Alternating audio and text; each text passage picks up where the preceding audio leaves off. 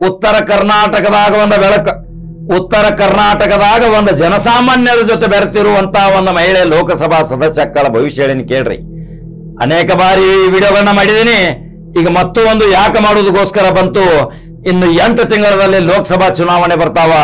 ಆ ಲೋಕಸಭಾ ಚುನಾವಣೆಯಲ್ಲಿ ಇದೇ ಉತ್ತರ ಕರ್ನಾಟಕದ ಬಾಗಲಕೋಟೆ ಕ್ಷೇತ್ರದಿಂದ ಈ ಮಹಿಳೆ ಲೋಕಸಭಾ ಪ್ರವೇಶ ಮಾಡ್ತಾಳ. ಅದ್ಯಂಗಂತಿ ಕಾಕಾ ಅಂತ ಕೇಳ್ತಿರ್ಬೇಕು ನೀವು.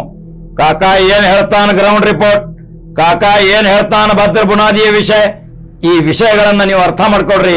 ಎಂತೆಂಥ ಮಹಿಳೆಗಳು ನಮ್ಮ ಉತ್ತರ ಕರ್ನಾಟಕದಲ್ಲಿ ತಮ್ಮ ಬಾಳನ್ನ ಬೆಳಗಿ ಇನ್ನಿತರರಿಗೆ ಬೆಳಕಾಗಿ, ಸೂರಿಲ್ಲದವನಿಗೆ ಆಸರೆಯಾಗಿ, ಉಸಿರಿಲ್ಲದವನಿಗೆ ಉಸಿರಾಗಿ ಇಂಥ ಒಂದು ಮಹಿಳೆ, ಅದ್ಭುತ ಮಹಿಳೆ, ಧೀಮಂತ ಮಹಿಳೆ ಇಂಥವಳು ನಿಂತಾಳ. ಬಾಗಲಕೋಟೆ ಕ್ಷೇತ್ರದಿಂದ ಇನ್ನು ಲೋಕಸಭಾ ಪ್ರವೇಶ ಮಾಡ್ತಾಳಂದ್ರ ಇನ್ನು ನಿಮಗೆ ವಿಚಿತ್ರ ಅನಿಸ್ತಿರ್ಬೇಕ್ರಿ.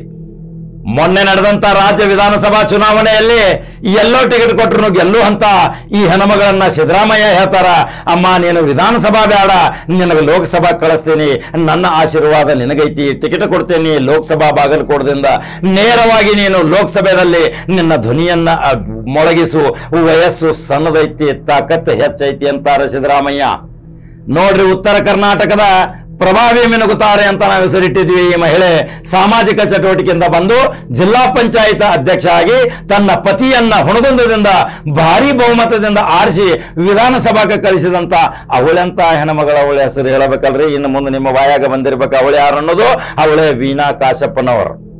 ವೀಣಾ ಕಾಶಪ್ಪನವರ್ ಇದೇ ಹುಣಗುಂದ ಕ್ಷೇತ್ರದಲ್ಲಿ ತನ್ನ ಪತಿಗೋಸ್ಕರ ರೋಡ್ ಶೋ ಮಾಡಿದ್ದು, ಪ್ರತಿ ಮನೆ ಮನೆಗೆ ತಿರುಗಾಡಿ ಸಾಂತ್ವನ ಹೇಳಿದ್ದು, ಮಹಿಳಾ ಸಬಲೀಕರಣ ಯೋಜನೆಗಳನ್ನ ತಂದು ಅರಿಶಿನ ಕುಂಕುಮ ಕಾರ್ಯಕ್ರಮಗಳನ್ನ ಮಾಡಿ ಇವತ್ತು ಕರ್ನಾಟಕ ರಾಜ್ಯಾದ್ಯಂತ ಅರಿಶಿನ ಕುಂಕುಮದ ಮೊದಲ ಬಹುಣಿಗೆ ಮಾಡಿದಂತ ವೀಣಾ ಕಾಶಪ್ಪನವರು ತನ್ನ ಪತಿಯನ್ನ ನೇರವಾಗಿ ವಿಧಾನಸಭಾಗೆ ಕಳಿಸ್ಯಾಳ. ಜನ ಮಾತಾಡಕತ್ತಾರ, ಅಕ್ಕ ನೀ ಲೋಕಸಭಾಕ್ಕೆ ಹೋಗ್ಬೇಕು. ವೀಣಾ ಕಾಶಪ್ಪನವರು ಸುದ್ದಿ ಹೋದ ತಕ್ಷಣ ಲಕ್ಷಾಂತರ ಜನ ನೋಡ್ತೀರಿ, ಲೈಕ್ ಮತ್ತು ಶೇರ್ ಮಾಡ್ತೀರಿ. ಯಾಕೆ ಮಾಡ್ತೀರಿ? ಗುಡಿಸಲದಲ್ಲಿ ಶಿಕ್ಷಣ ಕಲಿಯಲಾರದ ಈ ವ್ಯಕ್ತಿ ಒಬ್ಬ ಮಹಿಳೆಗೆ ಹೋಗಿ ಅಲ್ಲಿ ಒಂದು ರ್ಯಾಂಕ್ ಬಂದಂತ ಆ ಮಹಿಳೆಯ ಮನೆಗೆ ಹೋಗಿ ಸಾಂತ್ವನ ಹೇಳಿ ಆಕೆಗೆ ಸಹಾಯ ಸಹಕಾರ ಮಾಡಿದಂತ ಇವಳೇ ವೀಣಾ ಕಾಶಪ್ಪನವರಲ್ರಿ. ಇದೇ ಜಿಲ್ಲಾ ಪಂಚಾಯತದಲ್ಲಿ ಅನೇಕ ರೀತಿಯ ಕುಡಿಯುವ ನೀರಿನ ಯೋಜನೆ, ರಸ್ತೆ ನಿರ್ಮಾಣ, ಶೌಚಾಲಯಗಳ ನಿರ್ಮೂಲನೆ, ಪ್ರತಿಯೊಂದು ಯೋಜನೆಗಳನ್ನ, ಸರ್ಕಾರಿ ಯೋಜನೆಗಳನ್ನ ಎಷ್ಟು ಅನುಷ್ಠಾನಕ್ಕೆ ತಂದು ಇವತ್ತು ಅದೇ ಮಾದರಿ ಜಿಲ್ಲಾ ಪಂಚಾಯತ್ ಕೇಂದ್ರ ಸರ್ಕಾರದಿಂದ ಪ್ರಶಸ್ತಿ ತೆಗೆದುಕೊಂಡಂತ ಇದೇ ವೀಣಾ ಕಾಶಪ್ಪನವರೀಗ ವಿಧಾನಸಭಾ ಬಿಟ್ಟು ಲೋಕಸಭೆಗೆ ಪ್ರಯಾಣ ಮಾಡಾಕತ್ತಾಳ. ಬಾಗಲಕೋಟೆ ಜನತೆ ಎಷ್ಟು ಖುಷಿ ಅನಿಸ್ತಿರ್ಬೇಕಲ್ರಿ ನಿಮಗ. ಬಾಗಲಕೋಟೆ ಜನತೆ ಕಳೆದ ಬಾರಿ ಲೋಕಸಭೆಗೆ ವೀಣಾ ಕಾಶಪ್ಪನವ್ರು ನಿಂತಾಗ 5 ಲಕ್ಷ ಮತ ಕೊಟ್ಟಿದ್ರಿ. ಈಗ ಒಂದು 2 ಲಕ್ಷ ಮತ ಕಡಿಮೆ ಬೀಳ್ತಾವ ಅಷ್ಟ. 7 ಲಕ್ಷ ಮತ ಅಂತೂ ಕಟ್ಟಿಟ್ಟು ಬೂತ್ಯದಾವ. ಸಿದ್ದರಾಮಯ್ಯನ ಆಶೀರ್ವಾದ ಐತಿ, ಪ್ರಮುಖ ಸಮುದಾಯದ ಆಶೀರ್ವಾದ ಐತಿ, OBC ಅಲ್ಪಸಂಖ್ಯಾತರದ ಆಶೀರ್ವಾದ ಐತಿ. ಇನ್ನು ನೇರವಾಗಿ ಅಜಾತ ಶತ್ರು, ಯಾರ ಜೊತೆನೂ ದ್ವೇಷ ಮಾಡಲಾರದಂತ ಈ ಹೆಣ್ಮಗಳು ಎಲ್ಲರ ಜೊತೆ ನಗುಮುಖದಿಂದ ಮಾತನಾಡಿ ಅವರ ಸಾಂತ್ವನ ಮತ್ತು ಅವರ ಸುಖ ದುಃಖಗಳನ್ನ ಕೇಳಿ ಇವತ್ತು ಎಲ್ಲರಿಗೂ ಒಂದು ಸಂತೈಸುವಂತ ಒಂದು ಮಹಿಳೆ ಬಾಗಲಕೋಟೆಗೆ ಬೇಕಂತಾರ ಬಾಗಲಕೋಟೆ ಮಹಾಜನತೆ. ಬಾಗಲಕೋಟೆ ಮಹಾಜನತೆ ಈ ಲೋಕಸಭೆಗೆ ಈ ವೀಣಾ ಕಾಶಪ್ಪನವ್ರನ್ನ ಕಳಿಸಿದ ಮೇಲೆ ಅವರು ಏನು ತಮ್ಮ ಕನಸುಗಳನ್ನ ಕಂಡಾರ, ಕೆಲವು ಕನಸುಗಳನ್ನ ಪ್ರಣಾಳಿಕೆ ಮುಖಾಂತರ ಹೇಳಾಕತ್ತನ ನೋಡ್ರಿ. ಯಾವ ರೀತಿ ಮಹಿಳೆಯರಿಗೆ ಅಲ್ಲಿ ಸಬಲೀಕರಣ ಯೋಜನೆಗಳು ಬೇಕು, ಉದ್ಯೋಗ ಭರವಸೆಗಳು ಬೇಕು, ಯುವಕರಿಗೆ ಉದ್ಯೋಗದ ಕಾರ್ಖಾನೆಗಳನ್ನ ಸ್ಥಾಪಿಸಿ ಆ ಬಾಗಲಕೋಟೆ ಕ್ಷೇತ್ರವನ್ನ ಮಾದರಿ ಕ್ಷೇತ್ರವನ್ನಾಗಿ ಮಾಡ್ತೇನೆ ಅಂತಾಳ ಅವಳೇ ವೀಣಾ ಕಾಶಪ್ಪನವರು. ವೀಣಾ ಕಾಶಪ್ಪನವರ್ ಅಲ್ಲಿರುವಂತ ನಿರುದ್ಯೋಗಿಗಳ ಬಗ್ಗೆ ಕಾಳಜಿ, ಮಹಿಳೆಯರ ಬಗ್ಗೆ ಕಾಳಜಿ, ದಲಿತರಿಗೆ, ತುಳಿತಕ್ಕೊಳಗಾದ ಜನರಿಗೆ ಕಾಳಜಿ, ಅನೇಕ ಸೂರು ಆಸರೆಗಳನ್ನ ಕಲ್ಪಿಸಿ ಆ ಸರ್ವಾಂಗೀಣ ಅಭಿವೃದ್ಧಿಗಾಗಿ ಬಾಗಲಕೋಟೆ ಜಿಲ್ಲಾ ಪಂಚಾಯತ್ ಅಧ್ಯಕ್ಷಿದ್ದಾಗ ಪ್ರತಿಯೊಂದು ಗ್ರಾಮ ಹಳ್ಳಿಯೂ ಸಹಿತ ವೀಣಾ ಕಾಶಪ್ಪನವ್ರ ಬಗ್ಗೆ ಚಿರಪರಿಚಿತ ಇರುವಂತ ನೇರವಾಗಿ ಏನು ಕನಕ ಹೇಳಿದ ತಕ್ಷಣ ಕಾಂಗ್ರೆಸ್ ಬಾವುಟ ಲೋಕಸಭೆದಾಗ ಹಾರುದು ಬಾಗಲಕೋಟೆದ ಮೊಟ್ಟ ಮೊದಲು.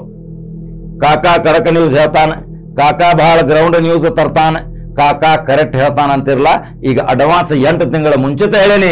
ಧಾರವಾಡ ಲೋಕಸಭಾದ, ಉತ್ತರ ಲೋಕಸಭಾದ ಸಮೀಕ್ಷೆ ಮಾಡಿದ್ದೀನಿ.